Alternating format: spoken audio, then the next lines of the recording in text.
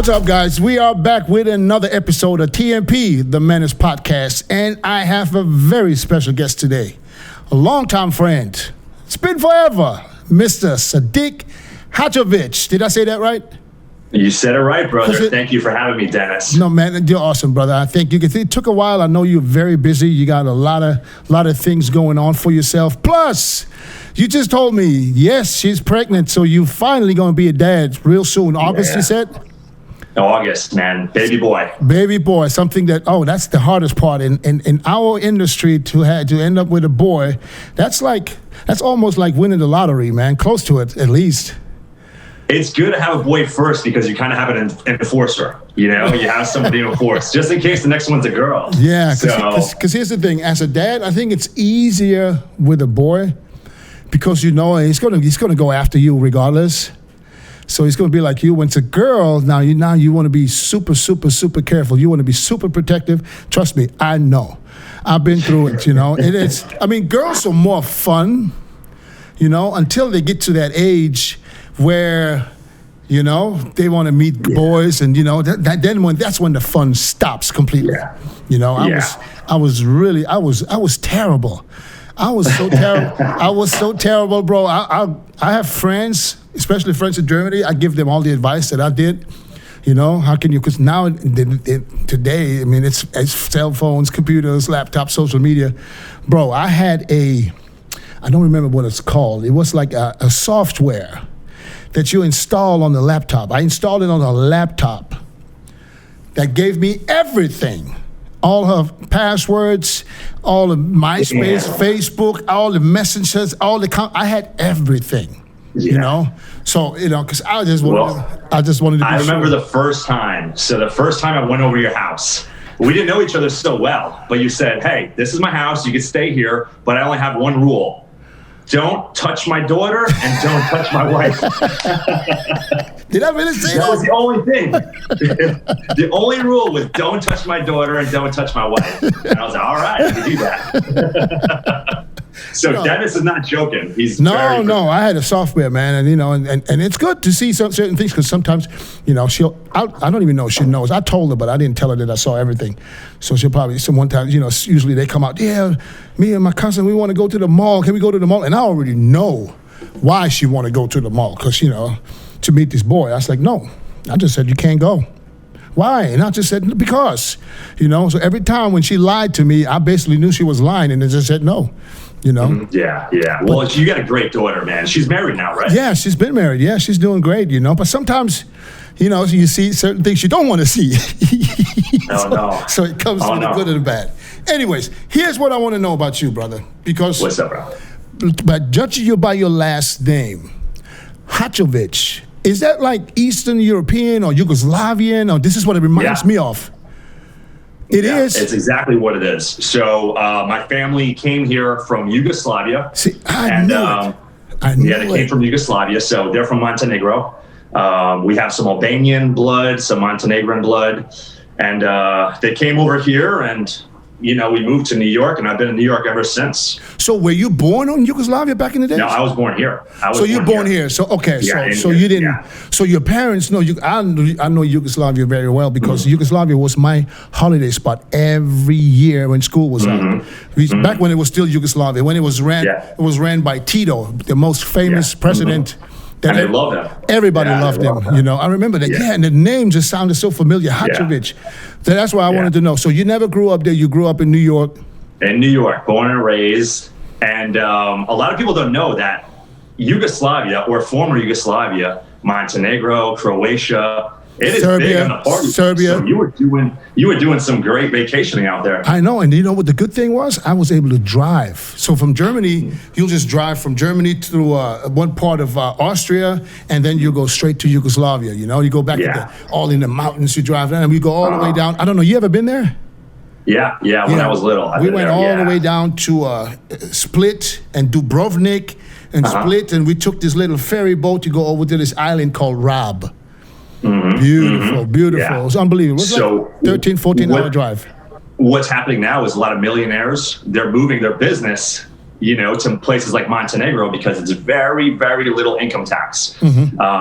Something ridiculous. I think it's like 3, 4, or 5% income tax. Yeah. So they're getting a lot of. So the part where the part where your parents are from, was that considered Serbia or Croatia?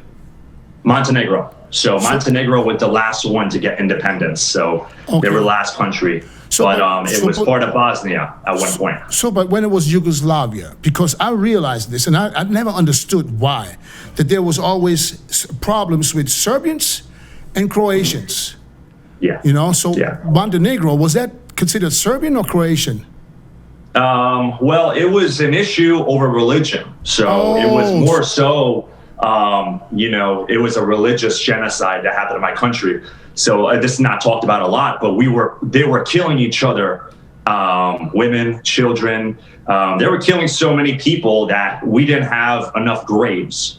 About 10 years ago, my father went back to dig up some of our ancestors to give them a proper burial. So he went back and dug it up. He knew where the bodies were and, gave them a proper burial after all these years. You couldn't bury the bodies fast enough. But the interesting thing is when they dug up the burials, Dennis, bro, the bones were like 7 feet tall, man. They were huge, big boys, man. Wow, so I didn't get that height genetic. But crazy. They were prosecuting each other over religion. Oh, okay. So I thought it was just like, from what region you're from, and that's why you would automatically hate. Yeah, no, it was more a religious thing. You convert or you die. So, do you speak the language? Yeah, I speak. So you're fluent in 2 languages? Yeah. Awesome. See, I didn't know that. You have dual citizenship too? No, I don't. But Yugoslavian was my first language. So when I came here, although I was born here, I had to go to ESL because I only knew how to speak my native tongue. Because you spoke Yugoslavian with your parents? Yeah, at home. Yeah. See, for me, it was different. German is my first language. Even though my dad is American and he was stationed in Germany when he met my mom, he was so busy of trying to learn German that we speak to this day. We speak German. Even to this day, if I speak to my dad, who has a terrible accent when he speaks German, a terrible American accent, we'll speak German. It's crazy. Yeah. Yeah. So it's great, though. Yeah, so that's why I grew up speaking German only. I went to school, German school. Everything was German. I didn't speak... Yeah, but you speak so many languages, bro. I know, but I didn't really start speaking English until I said, you know what? I feel stupid. I'm a U.S. citizen, and I don't even fucking speak the language. So I went... Yeah. I took it up by myself. I said, listen, I'm going to take this flight. And my grandmother in New York, I told my grandmother, I want to come to New York and I want to go by myself. So she paid for my ticket and I flew over to New York and I stayed with her. And this is where everything started. I remember I'm sitting in the front porch of the room and I'm watching TV. The Price is Right. I don't understand the thing they were saying. I was just watching, This is how it all started when I was like 15, 14. It's funny. The other week I was watching you. It was when you were in Thailand. It was one of your training videos. And one thing I really envied about you is you had a guy there to help you with the weights, like a weight caddy. Yeah. So I mentioned to my training partner, I was like, hey, man, you want to be my weight caddy? Like busting your balls, I was helping him out. You don't see a lot of weight caddies no more. I was helping him out, I paid him to do it, and people over there, they're looking for jobs, they're looking for money, and he was already hired by the gym, so he had a job at the gym. So you might as well, I said, I'll give you an extra $20 a month, for putting my weights back, and that's how that happened. It's not like I, wanted to use him, but I got comfortable after that, and he was awesome. And why not, dude? And he got bigger by the month just by lifting the weights and replacing weights. It was funny. He was ripped. Dude. He was shredded. He had like a Bruce Lee physique. Yeah. So growing up in New York, what part of New York? Where did you grow up? The Long Island? So I'm about 15 minutes away from Bev Francis Powerhouse Gym. So I'm in Long Island. That's where all my family from my dad's side, everybody's from Long Island, New York. Yeah, Long Island. Yeah. So I was born in Queens in Flushing Hospital. Then we moved out to Long Island. But I'm so close to the gym. That's kind of how I got involved in bodybuilding. So you've been at Bev's gym forever? I've been in Bev's gym, not forever, because I seen a Kai Green video one day. And I noticed that, actually I didn't notice. My girlfriend at the time noticed there was a Syosset, New York, Bev Francis Powerhouse logo in the background of the video. And she's like, oh, you should join there. I was like, I can't join here. I'm too small. There's no way. Oh, you thought it was only for big guys. Yeah. I mean, I see guys like Victor, Irene, all these big giants. What year was it? Oh my God, this had to be like 2008, 2009. Oh, okay. Yeah. So I'm watching this video and I was like, no, I'm too small. I can't join here. For my birthday, she gets me a 1 month pass. 1 month pass. I go there on the first day. I see Victor Martinez. And this guy looks like he's made out of clay, like clay. And I've never seen this up close.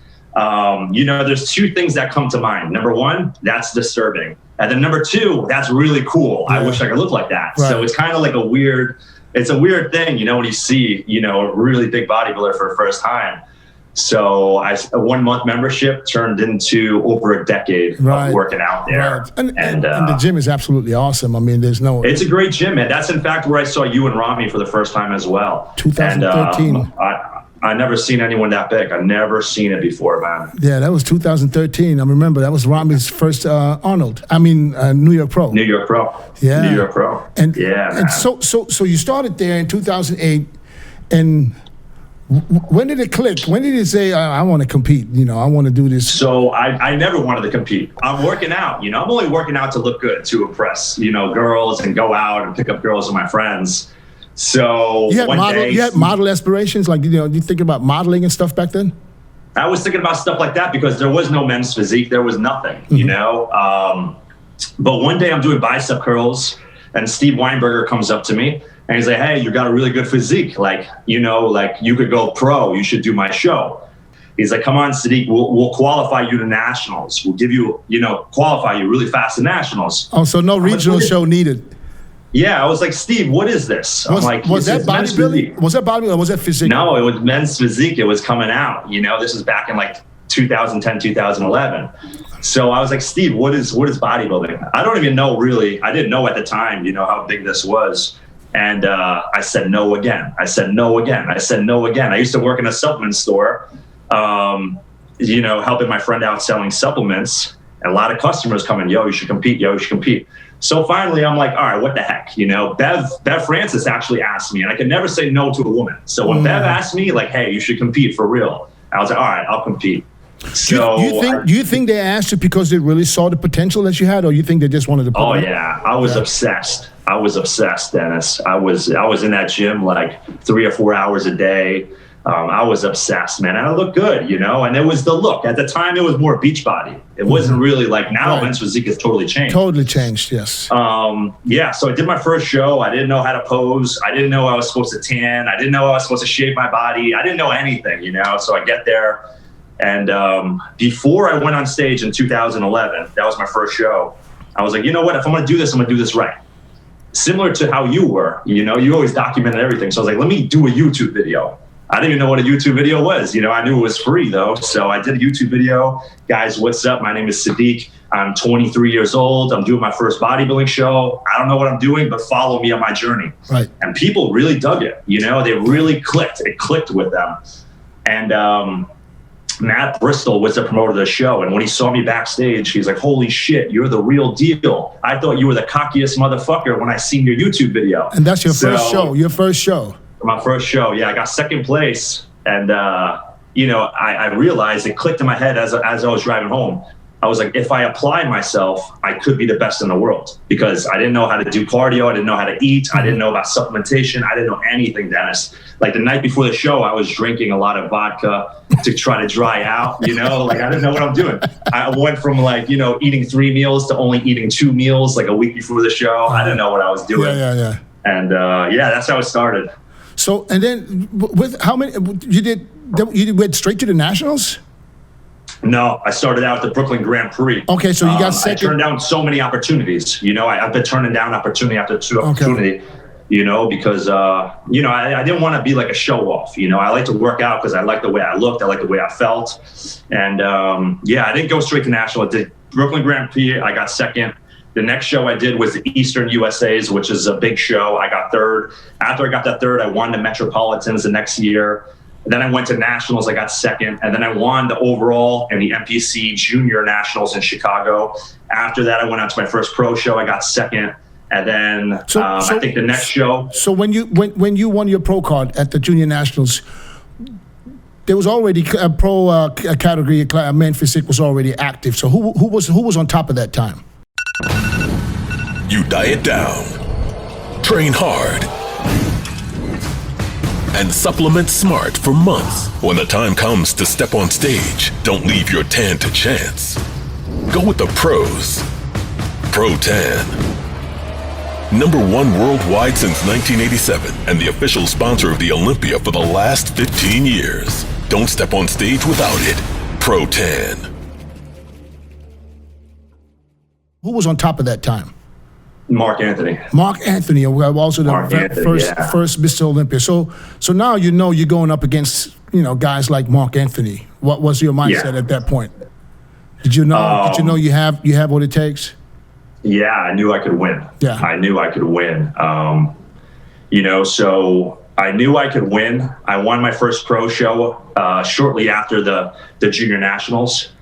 So I won that pro show, qualified me for Olympia, and I got 4th place. And 4th place was devastating. I was like, fourth place. Here I am. I've never placed out of the top 2. Mm-hmm. One time I placed 3rd, and I was devastated after placing 4th place. And then I was like, you know what? No more 4th place, man. I'm just going hard. Right. I just started dedicating myself. So this whole time I'm working full time in real estate. My father's a landlord in Brooklyn. He's got some properties. I was helping him. So I was commuting back and forth an hour every day, kind of like, splitting myself thin in 2 directions. So I just started doing this full time, man. And it didn't take long. I mean, I remember exactly. They made you the poster boy for men's physique. Yeah. Everybody was talking about Sadik. Everybody, it looked like they were judging everybody after you. I said, this is what we're looking for. So what does it feel like knowing that basically a whole category is almost based off of your look? And people are trying to be you, and trying to come up, trying to be Sadik Hadzovic. How did that feel? Yeah. I don't know, man. You know how it is at the time. At the time, we don't even recognize we're just machines. Mm-hmm. We're just machines, just eating these meals and lifting this weight and doing the cardio. So looking back at it now, I'm like, holy shit, I've done a lot of cool things. I've traveled the world. I've been on magazines. I've traveled to shows. Everyone knew my name, and they still know my name, which is cool. But it's kind of still surreal for me because I'm just a guy that likes to work out. So it didn't really even register as like being real. Yeah, I mean, and I can only vouch for you being totally real. And even though sometimes in certain situations, people can, see it, look at you and think, he looks like he's arrogant. When I know you're 100% totally not arrogant at all. Mm-hmm. You know what I mean? Mm-hmm. But what made you? Why did you all of a sudden stop competing? I mean, you had everything going for you. I mean, still to this day, of course, but at that time, you were signing contracts as a man physique guy that was never heard of. You know what I mean? So, but what makes you? What happened for you to say, okay, I'm done competing in man physique? What happened was, so what year was that? That year was 2014. I came into the Olympia, and it was me and Jeremy. And I always knew Jeremy was going to be, me and Jeremy were going to be battling for the title ever since he turned pro. Mm-hmm. I still remember messaging him like, holy shit, you got a good physique. You and me are going to be battling for the #1 spot. And he didn't believe me at the time, but I had the foresight to see it. And in 2014, I just came out guns blazing. I bring in my best physique. I came in really peeled, full, posing was spectacular. And, I got 2nd place. So I put that in the gas tank. I went back in 2015, and I was just obsessed. I lived for one focus, only to win the Olympia, And it comes toe-to-toe to me and Jeremy again. And here's the thing, before you go any further, I know that year you were so focused, you didn't even go to the press conference. Yeah. You just you stayed in your room until it was time to get on stage. You avoided whatever people had to, I don't know. Did you go to meet the Olympians? No, I actually went to the press conference and the Olympians. I went to both. What did you skip? You skipped something because you said, I remember I saw you at the hotel. You said, I'm staying in my room. I'm staying focused. The gala. the post Olympia gala. Nah, that was before. I'm talking about something before the Olympia. No, I always went. Yeah? I always went. I always went because, you know, like, that's how I built my name in the industry. Like, we have to put in the work, you know. You know, we have obligations and things to the fans and, you know, to the MPC and the IFBB. So maybe I'm mixing this up with something else because I remember talking. But I was so focused. I was extremely focused, which is a double-edged sword because sometimes you could be so focused that you mind fuck yourself. And you're so meticulous and you try to be perfect as much as you can. And so in 2015 I came back. I got second to Jeremy again, and I was like, you know what, man? I did the best I could. Like, this men's physique shit ain't for me. Like, I'm good, you know, because I put so much energy into it that it was like destructive. It was taking away from, you know, my happiness, you know. It was taking away from my personal life. So I never like officially retired, you know, but for like 6 months, you know, I went back to eating a couple meals a day, barely working out, you know, just going in the gym, getting a pump and leaving. And then I heard about the introduction of classic physique. So I called my coach. I was like, hey, this classic physique thing, I got to weigh 210 pounds.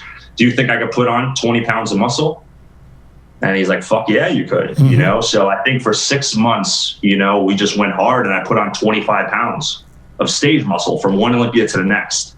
So with no off season, which was really cool. And after I did my first classic show, I was hooked, man, with the posing, you know, hitting front double biceps and side chest. I was hooked. What was it like getting sessions in with the great Frank Zane, man? That had to be something special. Yeah, he's an incredible guy, Frank Zane. I always visualize myself, you know, doing a photo shoot with him or doing a video with him or doing something with Frank Zane. In fact, when I first started working out, before I was at Bev's, I was at one of these commercial gyms. And everyone would come up to me like, man, you look like Zane. And I didn't know who Zane was. I'm like, oh, yeah? Oh, you didn't know? I thought he was a guy in the gym. Like, I'm like, who the hell is Zane? Like, what time does he come to train? You know, like, I didn't know. Dennis, I didn't know, man. So another guy comes up to me. He's like, yo, man, you know who you look like? You look just like Frank Zane. I'm like, yo, who's this guy Frank? Who's this guy Frank? You had no idea. No idea. I knew nothing. The first Did you ever tell him that? Yeah, I told him, but he's so he don't believe me. You know, he's so humble and he's so level-headed that, you know, it doesn't really mean much to him, you know. And he's such a good guy, man. He's so incredible. My wife loves him. I love him. You still in contact with him? Keep in touch. You still talk to him? Yeah, we still talk. He just emailed me the other day, so I got to get back to him today. Still awesome. But, you know, when I look at Frank Zane's career, I was always in a rush, Dennis, to win the Olympia. Always in a rush. And, you know, like I said, in 2015, what was I, 26, 27? And I was so devastated that I didn't win the Olympia that it destroyed me. But then I look at guys like Frank Zane. He didn't win his first Mr. Olympia until he was 39 years old. You know, then he went on to win 2 more after that. So it puts things in perspective, you know. Even when I look in your career, you had a great career, man. And, you know, when I look at your show placings, you know, like, it's like, wow, you know, Dennis placed as high as 4th place in the Olympia. Like, and you're the man, bro. You know what I mean? So I kind of wish I had that in my head. I've never been a good loser. Yeah. I've never been a good loser. Me not either, but sometimes you don't. And I know second place is the worst. You know, I think I got 12 second places. You know, this is the worst. Because you feel like you're right there, and you feel like, you know, out of the 12 times, they should have gave it to me at least 7, 8 times. So what's wrong? You know, I feel like, will I ever win? And I know how it feels, you know, especially being second place at the Olympia, which I don't know how that feels, but I can only imagine, you know, and it kind of frustrates you because you get to that point where you think, maybe I'm not good enough, you know? But if you can play second, how can someone think he's not good enough? You're right there, you know what I mean? Yeah, so I dealt with that demon for a long time, and I just needed to take a break from it, you know? I still deal with it, you know? I look at guys like Chris Bumstead now, I'm like, fuck, it's going to take me a few years until I could even stand next to this guy. You know, he's huge. Yeah, because when you see what happens in the last years, I mean, how it evolved, it's crazy, huh? Yeah, it's good, man. It's good, man. But I'm now more level-headed. You know, I was never, you know, when I speak to Steve Weinberger about it, he's like, good, you should be pissed because, you know, it means a lot to you. So you should be upset. Yeah. But if you're not upset after placing second, third, fourth, then it really didn't mean much to you to begin with. Right. True. It really didn't mean much. True. So you placed. So you competed in your first classic physique Olympia. Did you qualify for that, or did they just give you an invite? For the first year only, they gave me a special invite. Okay. So first year, I placed third place. So you did the very first. The very first. Okay. Yeah. So I went from second place to men's physique in 2015, and 2016 I went to third place in classic, which to me was the best moment of my life. You know, here I am 6 months prior. I'm like, oh, I'm not bodybuilding anymore. Like, I was making a shit ton of money in the fitness industry. Like, what do I need to compete for anymore? So I went from like never wanting to compete again to placing top 3 in a new division. Came back the next year in 2017, totally peeled out of my mind, like ridiculous peeled. And although I improved my package, the placing didn't reflect it. I placed 7th, and or maybe 6 or 7, I don't know. But I'll say 7. If it's 6, I'll be surprised. But I placed 7th, You're funny. and I was so happy because I know like what I look like, you know. So the placing didn't matter at that point. I was like, you know what, dude, I fucking did the best I could. I looked sick. I held my head up high, and I took it like a champ. Well, so and after that, you basically just disappeared again for a year or 2. Yeah. And then disappeared again and made another man physique comeback at the Arnold. Yeah. Made a men's physique comeback, which was a little premature. I wanted to compete, you know, and I knew I couldn't hang with the boys in classic because you know these guys, man. They're training 12 months every day. They're eat, sleep, and breathe the Olympia. You know, so I was like, it's gonna be really tough to get up there. Let me get my feet wet again. Let me get used to the cardio, the training, the supplements. And let me do a men's physique show, and then, you know, slowly gear myself back up to go in a classic physique division. Yeah, so that's what you want to do. That's what you're at heart. Yeah. Next show will be classic physique for sure. In fact, I just started prepping last week. Okay, so which means you're officially not retired. You coming back, and you're going to compete again. No, I'm not retired. No way, dude. I don't think you ever retire from bodybuilding. I mean, it's you know, for me, it's. You know, it's my passion. Okay. You know, it's my passion, man. And I know I deserve to be up there with the best of them. So where do you see classic physique now compared to where it was when you competed? It's about the same, you know, but you got some tall guys now. You got guys that are pretty tall and big, like Chris Bumstead. And I remember when Chris Bumstead made a post. He posted a video of him doing a posing routine, a guest appearance posing routine. And then in the caption, I thought it was a joke because he said, getting ready for my classic physique debut. And I said, dude, this guy's a joke. Like, there's no way. This guy is a fucking bodybuilder. There's no way. So I started like laughing, and I kept on reading the comments, and everyone's like wishing him luck in classic. I was like, dude, if this guy comes in classic, he's going to smoke everybody, you know? Oh, so you saw it coming. Oh yeah, man. I'm a fan of the sport, so I could see, I could recognize genetics, and I could recognize hard work, and, you know, I could recognize when somebody is really good. But you got guys like that, and you have a guy in Phoenix, Brian Jones. Oh my God! I just had him on here and on a podcast last week, and I told him, I said, you are one of the only guys right now that I see in the lineup, because he did his first Olympia last year. It was his first. He won the Chicago Pro and placed top 5 in his first Olympia. I said, you are one of the few that can stand next to Chris in the future and give him a challenge, because you have the height, you definitely have the size. He's got tremendous quads. I mean, I don't know anybody with a quad flare like his, you know. And he was like, when I told him that, I said, you're the first guy that would tell me that. He never. I said, nobody ever told you that you have what it takes. He said, after placing 5th, and it was a tough lineup, man. I mean, there was some great guys on that stage. You placed 5th, nobody knew who you were, man. Come on, what does that tell you? They see something, there's something, and I saw it right away. So yeah, absolutely, him. He was one of the guys. And I just talked to Ian Valliere just before I talked to you. And I told him the same thing, and he said, yes, him and Chris were, when they went through the lineup, they said, yeah, he's one of the guys to watch, for real. Yeah, no, he looks incredible. There's other guys, Steve Larice, incredible. Absolutely. I think they need to grow into the position. You know, they got all the genetics in the world, but sometimes, you know, it also takes that mental. You know, once you do enough shows, your mental changes, and you know, things start to click. So you gotta take steps. Right. So how do you motivate yourself knowing that you're going to go against those guys? What do you do? What's going on in Sadik's mind when you get ready for the gym? What are you improving on? What do you're going to have to bring a different package? This is the thing.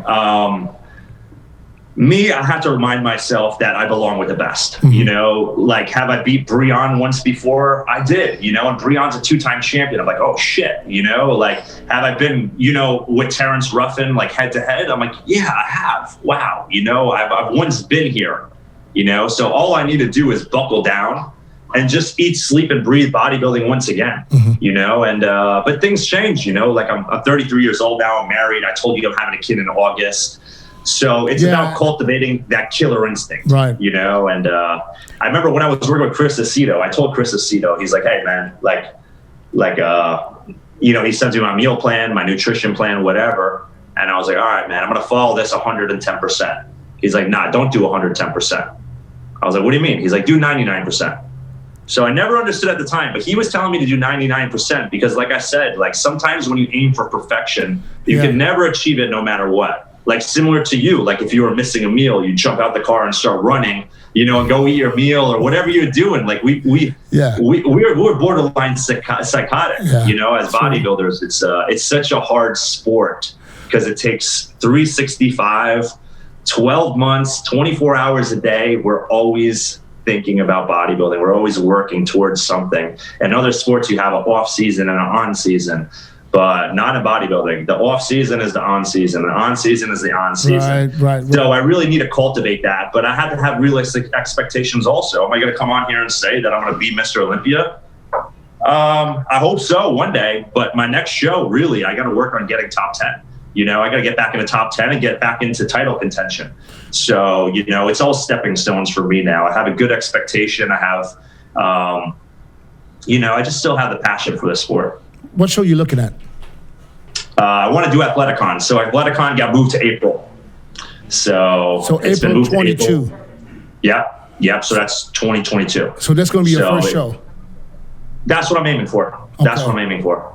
Yeah, it's got plenty, and you know, the Dennis time. James Classic is not a bad show neither, brother. Well, you made the one in Germany. Yeah.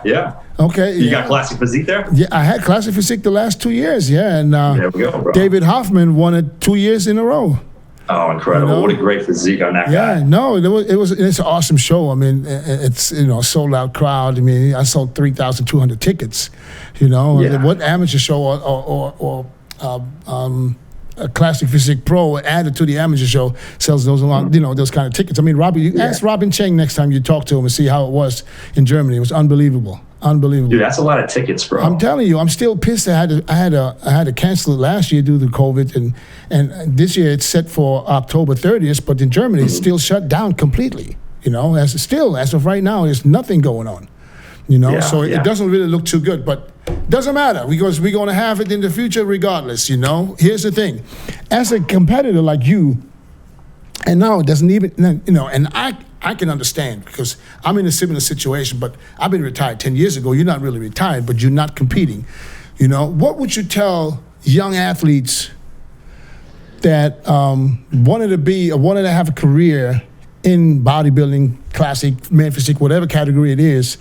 What advice do you have for a competitor to stay relative, to get sponsors, you know, because, you know, back in my days, there was no social media in the beginning.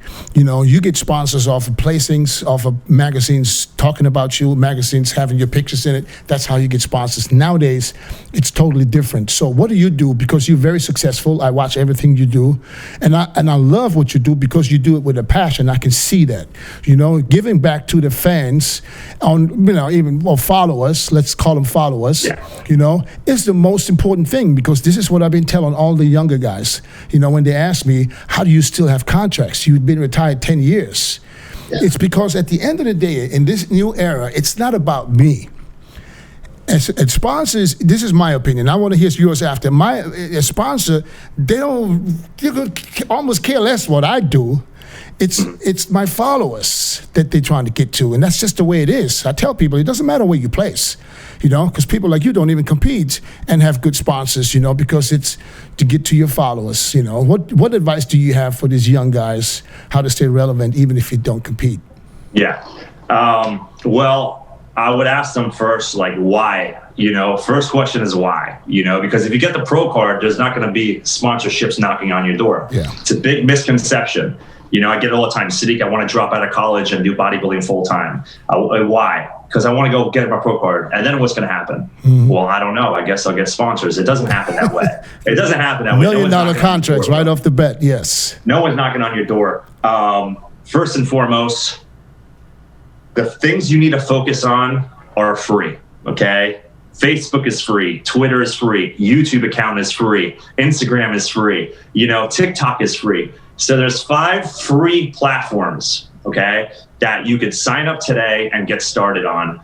And what you need to do is just keep delivering good content, and it doesn't have to be this incredible piece of content. It's just documentation, like how you used to document with photos. Mm-hmm. You do the same thing, document with your phone. We have a really powerful phone in here, and start connecting with your audience. Let them in on your life, what you're doing, what you're eating, what you're doing when you're not in the gym. Let them know, some good tips, some free information. So once you start getting people's trust, you develop a following. And it's all about that integrity and trust with your followers. So keep them in your life. Right. They want to know what Dennis James is doing. They want to know what Sadik is doing. So the whole thing is connecting with your audience. And once you've connected with them long enough, you start to become valuable. And once you're valuable, and when I say valuable, I'm talking about, like a return on their investment. How many followers do you have? How often do you post to YouTube? How often do you write for, a blog or whatever you're doing? So you become valuable. But the reason that you have a lot of sponsors, Dennis, still, and the reason why I have a lot of sponsors still is because you also have to be personable. Sure, there's people out there that may call us arrogant or may not like us or, but at the end of the day, you got to be personal with people. When you meet people, shake their hand. Oh, I really like what you're doing. I love your company. Your products are really good. Oh, I love this clothing. I love this, so you have to develop relationships with people in the industry, and you have to ask for what you want. Once you have the followers, once you have, all this notoriety, you got to ask people, stay in touch with people, text them, message them, email. And, when you see them, crack a couple jokes. That doesn't hurt either. That's what I say all the time. I say, guys, video, pictures is all good, but sometimes you got to do something. You got to videos. Let people know who you are. Your personality don't come across in pictures because I can make any face I want to. Videos, and like I said, you do an awesome job, and therefore you have the success that you have, even though I think if you would never compete another day in life, you would still have the success that you have because you are giving back. And that's what it's all about, because the fans are out there. Once they love you, they love you. And having haters is only a sign of that you have success, because if you don't have anybody hating on you, you're not successful enough, So therefore, I don't have any problems with bad comments, or people thinking that I'm arrogant, because if you know who I am and if you know me, I'm not arrogant, Yeah, for sure. It just comes across sometimes basically because, I have a resting bitch face, I would say. If I don't smile, I look like I'm pissed. I get this all the time. When people come to me, I say, "You okay? You mad? What's wrong?" I say, "I'm just chilling. My face is so normal. I feel like everything is perfect." Joe Weider's Olympia here in Orlando, Florida. A little bit strange coming out of Las Vegas for all of those years. Good evening, and welcome to the event that nearly never happened.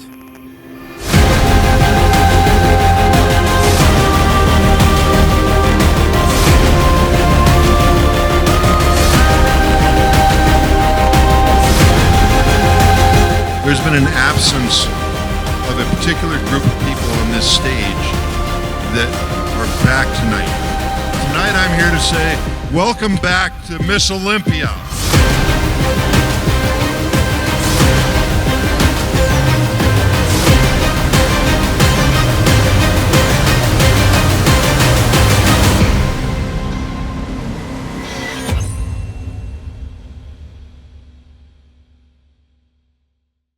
I said, I'm just chilling. My face is so normal. I feel like everything is perfect. And they say, you look like you're mad. You know, that's just me. Yeah. It's like same thing with me, man. You know, I'm no, from New you York always also. smile, man. I don't never see you mad. Yeah. Well, I don't know, man. Sometimes when you travel on these international trips and you're jet lagged and, you know, you've only eaten a few meals and, you know, you're walking to the bathroom and you deny somebody a photo, like that guy's a dick. Yeah. You know? He didn't take a picture with me in the bathroom. No, you should have said that guy's Sadik. That's what I'll tell you a story in the bathroom. The funniest story that happened to me. It was also at the airport. I'm taking a piss, and I saw a couple of guys. You know, when people see you and you can tell, you know, they recognize you, but, you know, next thing you know, they're going to try to get close.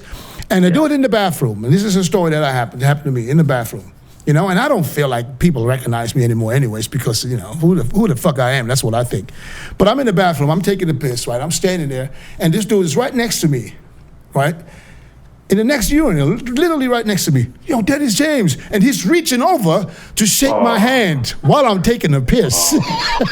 He's literally reaching over. He said, yo, man, let me shake your hand. Like, look here, man, let me finish this here, and then let me wash my hands, so do you, and then we'll shake hands.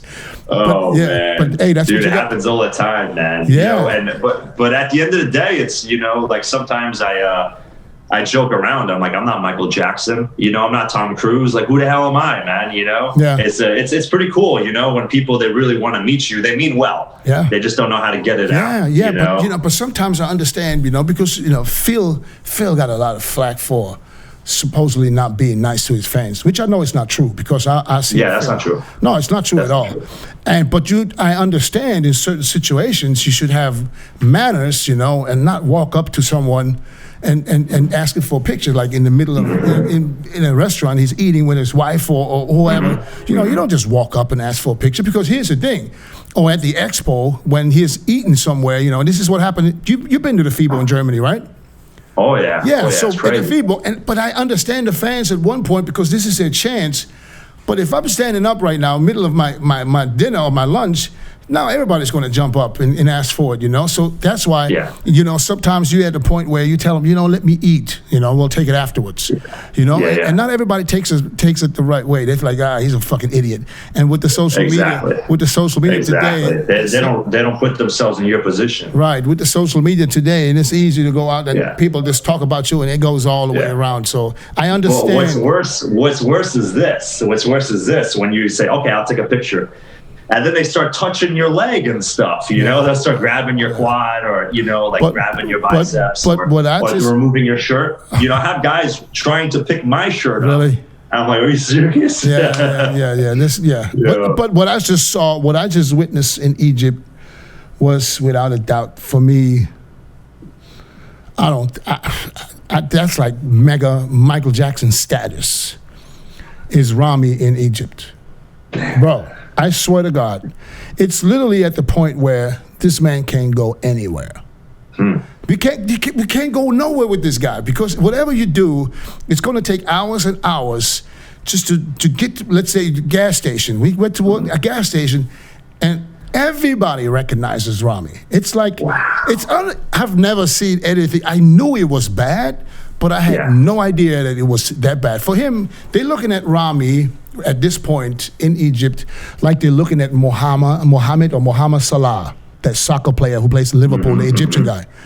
It's super mega status. I mean, there's nothing higher. So wherever we go, we drive in the freeway, there's cars, and they going nuts. And you know Rami's personality. Yeah. It doesn't matter. Man. It doesn't matter where we are. He will stand and take pictures, and once he stands, and you can see the crowd getting more and more, and literally for one picture, all of a sudden he's been there. It's going to be there for an hour. So that was basically, that's why I understand why he doesn't really go out a lot, because he said he can't even take his daughters to the mall. It's not possible. Man. It's not possible. It's literally that bad. You know, it's a good thing. It's a good thing, though. It's a good thing, but at the end of the day, if you want to train and you got to take pictures for an hour and a half, and then an hour and a half after your workout, you want to get home. So it does not stop. It's not like people get a picture with you, and then next time they see you, they won't ask you for a picture again. So. It gets frustrating. Like you just bring up a good point. He's got to train for Olympia. Yeah, exactly. and like there's some guys that I'm going to use Juan Morel for example. Juan Morel, man, that's my boy. I love that guy to death. He's so happy. In a good mood. He's always in a good mood. Even when he's getting ready for Olympia, he's in a good mood. And I envy the hell out of him because I have to put myself in a dark place in order to get through the workout, to cultivate that energy. And I think to be Mr. Olympia, Rami's going to have to kind of put his blinders on. And it's tough when you have fans and you respect your fans, you want to take pictures, but you also want to keep winning. He's just too nice, and he would never say no to anyone asking him for a picture. And that's just the way it is. So I literally told him, I said, you need to come out to the U.S. to train. Because this is I can't even explain how intense this is, and they love him, and you know how he is. He's the most humblest person in the world. And he's the best guy. And he would stand on one leg for 3 hours if it's just for pictures with people, because but it does affect his I think it affects it's so hard to put this together, be a superstar in the country and being able to just, move around and do things that you have to do because it's literally not possible. He stays at home. Yeah. Look at Conor McGregor. Yeah. He stays at home. Conor McGregor, same thing. Yeah. Brings his food to the house. His fame has gotten so out of control, that it's hard for him to focus on the fighting, And I think it does reflect on his fighting a little bit, even though he says it's not. But I believe, if people leave you alone and you can focus on your thing, you don't have to worry about being the nice guy in public and always smiling and pretending to be someone that you don't want to be at this moment. I think it does affect you, So I hope. For sure. I told him, I said, do you think it's going to get better? He said, it's getting worse. It's just, and he loves his country, so he loves his people. So we went to a market. That you could walk through that place in like 10 minutes. It took us hours. It took us hours, man. It's unbelievable. Damn, dude. Unbelievable. Yeah, I couldn't believe he was driving though. So hey, that's another thing. He didn't even have a driver's license a couple of years ago. So all this started like brand new. All of a sudden, I know he's always a passenger. Next thing you know, he's driving. Now the traffic over there, bro. People, crazy. It's like Evel Knievel's everywhere. I mean, people, and the problem is you don't have to worry about the cars. And every car you see has scratches and dents, and there's shit, and man. you don't have to worry about the cars. You have to worry about the people running across the street in fast traffic. It's literally that crazy. And I told him, I said, listen, I'm a little worried, man, because I don't know you. I mean, you've been driving for maybe a year and a half now. He said, don't worry. You know how he is. He said, don't worry. Yeah. Oh shit, man, that's crazy, man. So Sadik, let me see. I had some questions for you here. Where was my questions? Oh yeah, I want to ask you about your coaching. You give away money, don't you? Oh shit, yeah, man. What do you do? Give away a lot of money. So sometimes I get myself in trouble. Too much money. Tell me, what do you do exactly? You offer people money for transformations?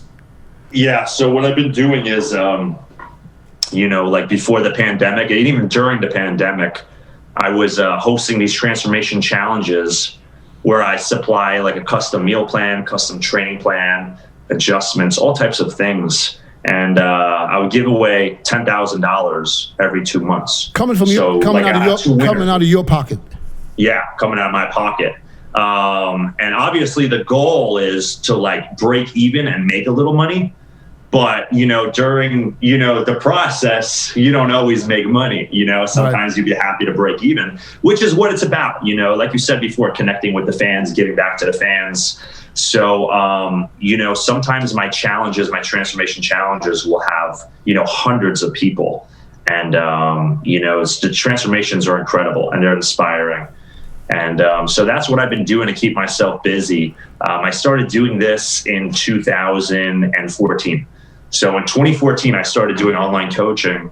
And it's been so gratifying, man, that, I'll even meet up with my clients in the gym. So if they're willing to come to Long Island or if they live in a tri-state area, I even go and meet them in the gym. I trained one of my clients, Scott, this morning. He's 51 years old. He lost 18 pounds in under 2 months, and he feels great. So the 10,000, that goes to the winner, or you split that up to several people? Yeah, so I used to do $1,000 giveaway for one lucky winner. And then I would do a $3,000 giveaway for one lucky winner. So I worked my business up to the point where I could afford to give away $10,000 to 2 winners. So 5,000 and 5,000. Okay. I think that 2 chances to win money is better than just one winner, So hypothetically, I like to do 1 male, 1 female, but it just seems that, my demographic is primarily male, have a lot of male followers and people that want to get in shape. What's the age group? So I'm looking forward to my first female winner. It just hasn't happened yet. What's the age group? What's the average age that the people that sign up? I think between 18 and maybe 34. But I have clients. I have clients as old as 72 years old, believe it or not. So more like younger guys though. It's younger guys. If you ever give away $10,000 for 55 plus, let me know. I'll join the transformation. Hey, I think I know a good coach. I'll send you a picture from me after my surgery, and then I'll just start training for the 10. Yeah, man. I remember still the first time I went to Phoenix to hang out with you guys, and me being from New York, I didn't realize how hot it was in Phoenix. So you put me up in one of your homes. So Dennis, Dennis is balling on another level. But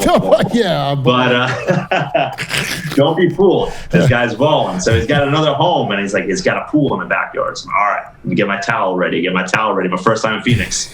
Bro, it was so fucking hot. What time was it? I couldn't stay outside for more than 2 minutes. What time? What month was it when you came over? Was it? It was before Olympia, so it had to be late July, early August. That's the worst time. It was 120. I was like, I could handle it. There's no way, man. Easy. It was nuts, dude. Awesome. That was crazy. Talking about the Olympia, last year's Olympia, what did you see, man? I just want to get your opinion on the different categories. Let's throw up a classic, clear cut Chris Bumstead. What do you think about Terrence Ruffin? Terrence Ruffin is amazing. Isn't he? He's gotten so much rounder muscle bellies. His quads have such good, beautiful shape, Yeah, when you describe his physique, it's beautiful. Same thing with Chris Bumstead, In fact, a couple of years ago when Chris Bumstead won, I thought Breon was really good as well. But I think what separated Breon and Chris was the posing presence, the presentation. What separated Breon and Terrence? What do you think? Height. I think it's hard to be... No, Breon and Terrence. Terrence beat Breon. He got second. Oh, Breon and Terrence. I think I meant Chris. No, Breon and Terrence. I think that Breon didn't look as relaxed on stage. I think sometimes when you're squeezing the fuck out of the muscle, it kind of does the opposite. The confidence on stage from the posing was a little different. But here I am just splitting hairs. Yeah. Dude, these two guys are so damn good. You want to know what? You can flip a coin any given day. Either one of them could win. No one will say anything. Exactly. This is me being super analytical as a fan. Right. You have to say something. I tried to do the same thing. They're both so good. They're both so good. Yeah, I tried to do the same thing. I tried to say, what was it that, how did Breon ended up in third? And listen, Terrence not only did he have a great physique, also the condition was spot on, but the presentation was unbeatable, okay?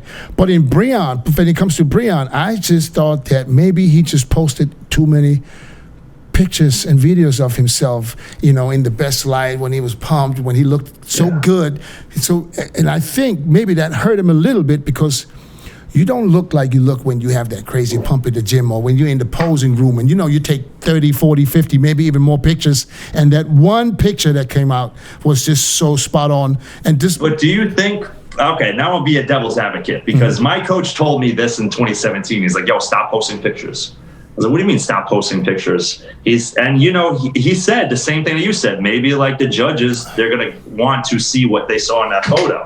That's what I think. That's what I think happened in his case. I really believe that's what happened. I want to play devil's advocate. I'm going to say that I don't think Steve Weinberger is, on his laptop looking at pictures of the competitors. I think the judges, maybe, how Instagram works, man. Sometimes I don't see your posts. Right. You're my boy, you're my friend, you're my brother. I don't see it all the time. I don't know, man. I don't know if Tyler Mannion or Steve Weinberger or, Jim Mannion, I don't know if they're on the computer looking at the photos. You don't have to be on the computer. You can be on the phone. Yeah, on the phone. Yeah, you be on the phone. True. Steve be everywhere. Steve be liking pictures. Steve, everybody's on Instagram. Tyler too. Yeah, I mean, So I'm not saying this. I'm not saying this is exactly what happened. This is what I believe happened because he was at least just as good as he was last year. I think this is what happened. And Breon and Terrence and Chris, you guys are all my friends. I love you guys. I think what happened is Breon wanted to beat Chris so bad that he was only focused on Chris and left the door open for other competitors to sneak through. He left the window open for Terrence to come in. But rightfully so, Terrence looked great. He was at that level of placing second. You can make an argument, even, any one of those three guys could have won. But I think when you hyper obsess about one competitor, that it leaves the window open for other competitors to sneak up on you. And you lose that stage presence. You lose that, when people call you arrogant, it's not arrogant, it's confidence. Mm-hmm. You got to have confidence on stage and you got to present like the champion. Right. And when you're focused on Chris Bumstead or if you focus on another competitor, you're not going to have that confidence. Yeah, but it happens when people make it a two-man show where you focus only on one person and you forget, wait a minute, there's a few other guys that look great too. Yeah. That can absolutely happen. Yeah. So you're right about that. 212. Sean Clarita beating Kamal El Garni. Kamal, who came in bigger and just as sharp as the year before. Have you ever seen Mr. Olympia losing his title when he comes in improved? No, but have you ever seen somebody look like Sean Clarita? He peaked perfect, dude. He sure did. I don't know. He peaked perfect, because we haven't seen that in a long time on stage. Right. Perfect fullness, freakiness, vascularity, striations. I think the improvement was so drastic that you had to reward Sean Clarita. And have you ever seen somebody, come in so below the limit and win? Yeah. I don't know what he weighed. I think he was 180 something. 177. Come on, bro. That's crazy. I told him, I said, you had basically everything every competitor is looking for when it comes to contests. I mean, fullness, dryness, roundness, everything. It was, I said, this is that package. I said, you will be chasing for the rest of your career. Yeah. I hope he nails it again, but that was like lightning in the bottle. I think he could do it again. I believe this is a once in a lifetime package. So he could be as dry, but to bring the combination of everything coming together, most people will never achieve it. And when you do achieve it, it's so hard to achieve the same package, because at the end of the day, you're going to get judged by what you looked like last year. So he's going to have to be, but he's very consistent. So I believe that, and the way he's been going at it right now, he's super motivated. I mean, what other motivations can you use in winning the Olympia? So I think that he is on top of his game right now, and I see him being a factor for next year, and I believe he can win it again. But it's so hard to peak, man. I mean, there's so many variables that if you've never competed at the Olympia, you don't understand. Yeah. What about Derek Lund's conference? What about There's the travel, there's the hotel, there's the microwave, there's the fucking, there's so many variables. Sleep, stress. And he was doing the same thing Rami was doing. Me and Rami, we trained all the way till Thursday. And I saw him in the gym training with his trainer, just like we were. Like there was no one else. So he was doing panic mode? No. I guess he was panicking too, So but I saw him in the gym training just like we were. I was like, because when something works and when you look good, why change something? Just keep doing what you're doing all the way to the last minute. Yeah. You know? So what about? I hate that. I hate stopping training. Yeah. Like people, some coaches, stop training Wednesday. It's like, what? The show's not till Saturday morning. What do you mean? So I like to compete all the way up. I feel like you can absorb the nutrients better. Yeah, and keeps your mind calm. You don't sit around wasting time thinking about am I going to peak? Am I going to peak? What's going to happen? So what do you think about Derek Lunsford, who was for years the favorite to win the Olympia?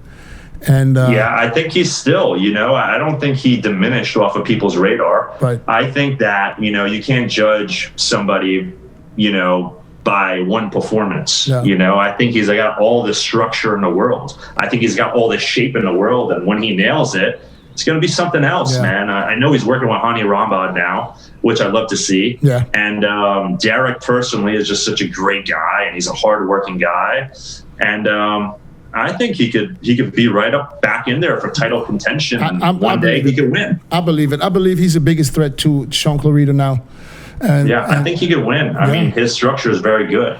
Yeah. I mean, I do think that Sean Clarita is going to win another title for sure. Yeah. Well, if Derek Lunsford comes in 100%, it's going to be hard because, like we said, the taller guy always beats the shorter guy. Yeah. But we'll have to see what they look like. I mean, there's exceptions to the rule. Sometimes it doesn't happen, but, absolutely. His structure is crazy. He's wide. Going to the big boys. Big Ramy winning the 2020 Olympia. Who believed that Ramy was going to win the Olympia? Who had him winning? I did. Who had him winning going into the show? I always believed that Big Ramy was going to win ever since I saw him in 2013. Yeah. And I always knew that Big Ramy was going to win the Olympia. It was just a matter of when, and total domination. Panic mode definitely helped. I'm still laughing about that panic mode. Me too. I laugh because I've trained with you guys. I had the privilege of training with you guys and knowing you guys. And that's just the way you train. Yeah. You like to train that way. And I've trained with you and Big Ramy side by side, and I've done what you guys did. And it's a training style. Yeah. And the funny thing is, we only posted, the final set of each exercise, which was a drop set. That's what I like to do. At the end, I like to do a drop set, especially get ready for a show. So I don't know where this came up with the panic mode. We were panicking because of the workouts. And, the funny thing is that Dave Palumbo had Chet on his show, and he kind of talking to Chet and say, yeah, you were panicking because, and Chet only mentioned later that we had to get Ramy over here because, it wasn't working out over there, but it had nothing to do with panicking, So he tried to use Dave trying to change it up to like he meant panicking because Chet said you got to get him over there, which he didn't even know. Go back. So he was talking about the training because he had the footage up when he mentioned it, and he didn't even say it. It was Chris who said it, So the truth is, man, is that people in this sport, they like drama, and they like to say, like they want drama, it wasn't really that bad, It wasn't really. I didn't take offense to it. I just basically, told him. I said, I remember when I was walking with Ramy at night to go to the park just for a walk because he wanted to walk, and I said, Ramy, are you panicking? He said, no, I'm not panicking. We were joking about it, and then I remember he said, winter is coming. He said that 2 weeks prior, and I was like, what the fuck does he mean with winter is coming? I was like, it's chilly tonight. Maybe that's what he's talking about. Yeah. I didn't know about this winter is coming until after the Olympia. Me neither. I didn't know, man. I had no clue. Phil Heath, third place. Yeah, but Phil Heath, but he was total. He dominated the field. Side chest was nuts. Legs, hamstrings, quads, crazy. Everything was good, man. I just think that Ramy needs to keep on improving his biceps. Biceps could never be big enough. Arms could never be big enough. Keep on getting that depth in his back. This is what I want to see as a bodybuilding fan. And just don't get injured. Phil Heath in third. Was that a surprise to you? I love Phil Heath. Was it a surprise? Did you think he could end up in third? Funny thing is, did you see Ramy's interview before the Olympia? No. What did he say? He said Phil Heath going to be third. Oh, really? Wow. He was the only one. I thought you could make an argument for Phil in second. For the 2020? But I'm watching it on a live stream. I was scared to come out because I didn't want to get sick. Okay, I'll tell you something now. I'll tell you something now because you said you watched it on the live stream. I rewatched the live stream. I mean, I was there, so I saw what everybody looked like. So I was looking. I was in front of the stage, and I was watching the screens next to the stage, which had nothing to do with the live stream. Yeah. When I watched the live stream, I was really disappointed in what everybody looked like because it didn't come across. Yeah. Everybody looked somewhat off on the live stream. I don't know, was it the quality? I don't know what it was. It never looks good, man. It never looks good. Photos and the video can never do justice. That's why, you can't judge the bodybuilders based upon a YouTube video or a photo, stage photos. Yeah. It never does justice. Yeah. So when I looked at the live stream, I was like, well, these guys looked way better than they did on the live stream. So therefore, I mean, looking at the top four, Hadi in fourth, who ended up in second Saturday, by the way, with all second place scores. If he would have came in Friday the way he looked Saturday, he would have been in second place. Think about that. Phil would have ended up in fourth. Yeah. On live stream, it was hard to see the detail on Brandon Curry. I think the backdrop in some places was dark. And he was dark. He's just got naturally darker skin. Brandon was really peeled. He was really much improved. He must have been peeled. Much improved from the year before, where he wasn't even close as hard as he was this year. But it's the imbalance of the quads and the hamstrings, especially that hurt him. So who do you think? Who's the biggest threat to Ramy this year? I think Akeem Williams. Akeem Williams is he's structurally superior to a lot of guys. Yes. Do I think that Akeem Williams can beat Ramy in 2021? Maybe that's a little premature, but I think Akeem Williams is on his way. To becoming top 3, top 2. And even win one day potentially. Akeem has been lifting heavy for years. His lats are just a mile wide. Waist is non-existent. And it's just one day he's going to be up there. People don't pay him credit enough because they don't see him like I did. I was like, if you would. I said, what would he look like standing next to Ramy? You know what I mean? Yeah. Because we didn't get to see that. Yeah.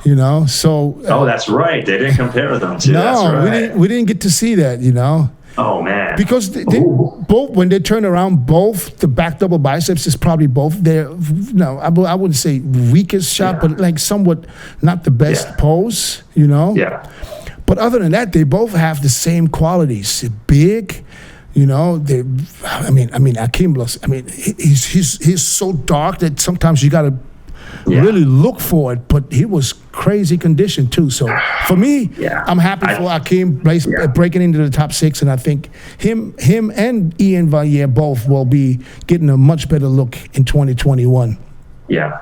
And don't count out the Blade. I know he said he's retired, but he said he's retired before, so maybe the Blade will sneak it back in. No, he won't. You can't count him out, bro. I don't think he'll come back, especially if he would have placed in the top 4 or the top 5. Then I would have, maybe, but him placing 9th, I don't think he will ever consider coming back. And he's so incredible. He should. He's so incredible. Yeah, he doesn't have anything to prove anymore. I mean, his name will be in the history books forever because nobody won 29 shows.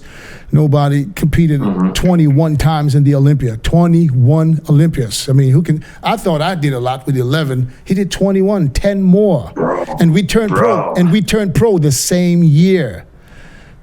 So I mean, hats off to the Blade. Let him be retired. Let him get back to some normal weights. Don't eat 6-7 times a day. I know he will enjoy it. So, Dick, what about the girls? Let's talk about the girls. What about bikini? Bikini. But wait a minute. Who won in the bikini? Janet, look, I saw her win in so many years. For me, she's just one of the too, man. For me, she's just one of the prettiest girls out there. Period. Yeah. And I always sit with her husband and sometimes her father, and they're like, "How do you think it went?" I was like, "Dude, she won. Don't even worry about it. Start celebrating now." And there's so many years. She didn't win. I never really understood why, because at the end, because bikini, you could literally choose 10 girls. You could let each one win and nobody would complain. Yeah. Because that's how close they really are. For me, it's just a matter, I look at someone's face and the smile, and that does it for me. Because they all have great bodies. So there's no different when it comes to physique. So yeah, they're all great, man. Biggest upset at the Olympia, Shanique Grant losing to Sarah. How did you see that? Everybody was shocked because nobody expected. I don't know, man. I mean, I just think that bodybuilding is such a tough sport, man. You know, and you know, it's not the first time there's been upsets, and you know, a lot of times, man. You know, like. Do you agree, though? Do you agree? Did you see it that way? Did you see? Because, I mean, Sarah. I have no. Sarah was peeled. Man. You're putting me as an analyst, Dennis. No. I'm just asking for your opinion. I'll tell you mine first. Sarah was absolutely peeled. Okay. Yeah. Structurally, Shanique Grant is unbeatable. Mm-hmm. And for me, as a Physique, I remember when Physique started and it was stressed by the judges. We want separation, but no striation. So I didn't know that. Yeah. So now, once you see somebody peeled, I mean, glued striated, and you know, because when you compare bodies, I mean, I would always give it to Shanique, just the way she stands there. I mean, it's just, in my eyes, she's unbeatable. She lost. I would like to know, I would like to hear the judges, you know, let us know why. Where was Sarah better, other than condition, than Shanique? You know? So I'm not complaining. I'm just saying I was surprised, like everybody else was surprised. I think she was probably more surprised than anyone because she didn't expect it and retired immediately afterwards. So, you know, at 24. I don't know, you know, like I think sometimes like when athletes, they retire, it's just because they're devastated. And I think time heals everything. And then, you know, after some time, you know, like you come back. It's like, all right, it's not that bad. Let me revisit the video. Let me look at the pictures. All right, this is where I lost. This is where I can improve. You know, like, I don't know, man. I just don't see the retirement. I see, you know, she's got a gift, you know, and she should come back. And maybe she's doing a Sadik. She's just going to have that baby and then she'll come back. Yeah, there we go, baby. Yeah. That's it, man. Brother, man, I want to appreciate it, man. It was awesome talking to you, man. Hey, the pleasure was mine. I'm just happy that I was able to get you on here and finally make it happen. So awesome, thank you for that, man. I'm looking forward to seeing you again soon. Yeah. Hopefully with this COVID bullshit is over, when this is over. Hopefully we'll see you at the Olympia this year, even though you're not competing. Oh, I'll be there. Yeah, as a spectator. Okay, brother. So thank you for everything, man. Keep doing what you're doing, brother. Keep inspiring. We love you, my man. Take care. Love you, bro. God bless you, man. Peace out. Take care. Bye-bye. Bye-bye.